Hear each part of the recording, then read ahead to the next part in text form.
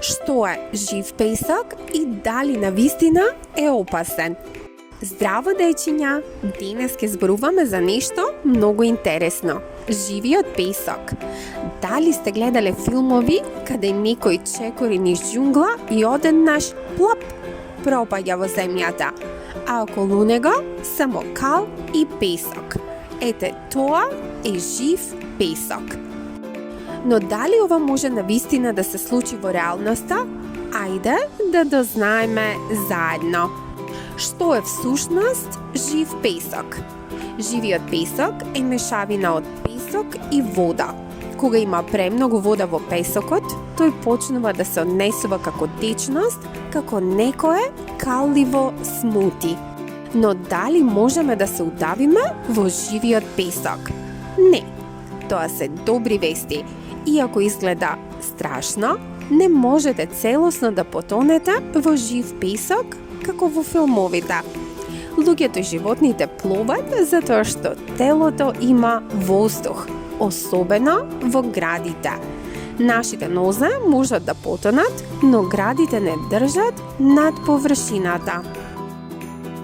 Што треба да направиме ако се заглавиме во жив песок? Прво, не паничете. Најдобро е да се навалите наназад за да се распредели вашата тежина. Движењето не ве повлекува подлабоко. Полека мрдајте ги нозете напред-назад и водата ќе влезе, што ќе го олесни движењето. Но внимавајте, излегувањето е бавно.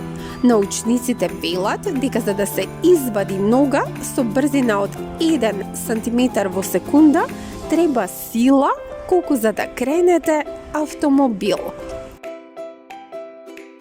Кога живиот песок е навистина опасен?